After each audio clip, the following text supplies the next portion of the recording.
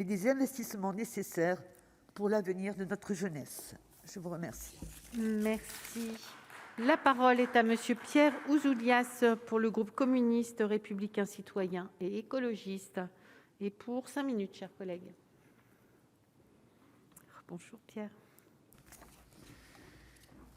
Madame la présidente, madame la ministre, monsieur le président de la commission de la culture, mes chers collègues, la présente proposition porte dans l'hémicycle l'essentiel des conclusions du rapport sur les conditions de la vie étudiante dont le président Laurent Lafon était le rapporteur et qui a été voté à l'unanimité en juillet 2021.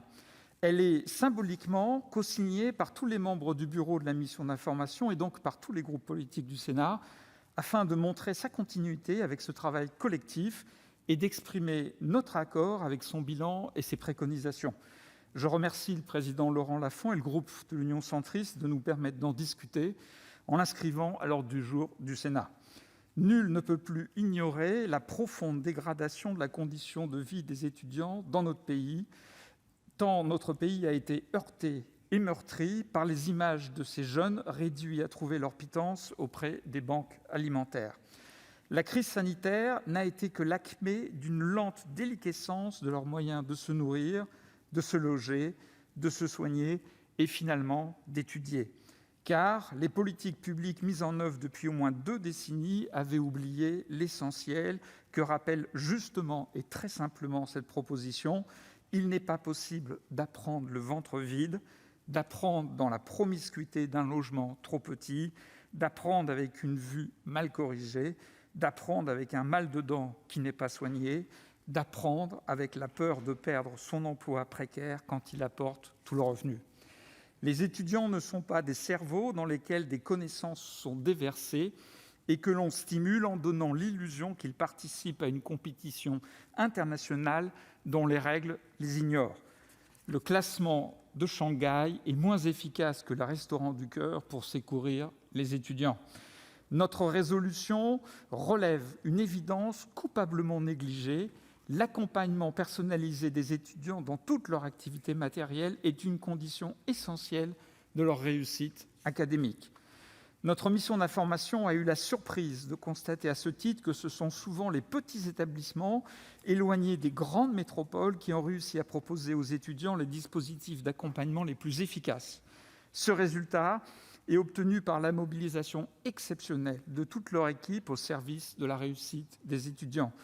Je prends une nouvelle fois, comme lors d'Arcos, l'exemple de l'Institut national universitaire Champollion d'Albi. Son succès est double. Il offre un cursus universitaire à des jeunes issus de la ruralité qui n'auraient eu ni les moyens financiers, ni même la volonté de s'inscrire dans une université de taille supérieure, et il arrive à les conduire jusqu'à la fin de la licence par un suivi individuel de grande qualité. Son taux de réussite est ainsi un des meilleurs de France. Ce travail profite aux étudiants, mais aussi à leur territoire. Il est donc regrettable que cette excellence républicaine, qui vise la promotion des individus et des collectivités dans lesquelles ils vivent, ne soit pas mieux aidée et valorisée. A contrario, cet exemple vertueux démontre que l'échec en licence n'est pas une fatalité et qu'il est possible de le résorber par des politiques volontaristes adaptées à chaque situation. Affirmons-le avec force, il y a une solution budgétaire et donc politique à la réussite estudiantine. L'origine des difficultés profondes dont souffrent les universités est unanimement reconnue, c'est le sous-investissement chronique. Le Conseil d'analyse économique, organisme placé auprès du Premier ministre, et la Cour des comptes viennent très récemment de l'analyser sans contredit. Je ne retiens que 2 chiffres déjà cités de ces bilans affligeants.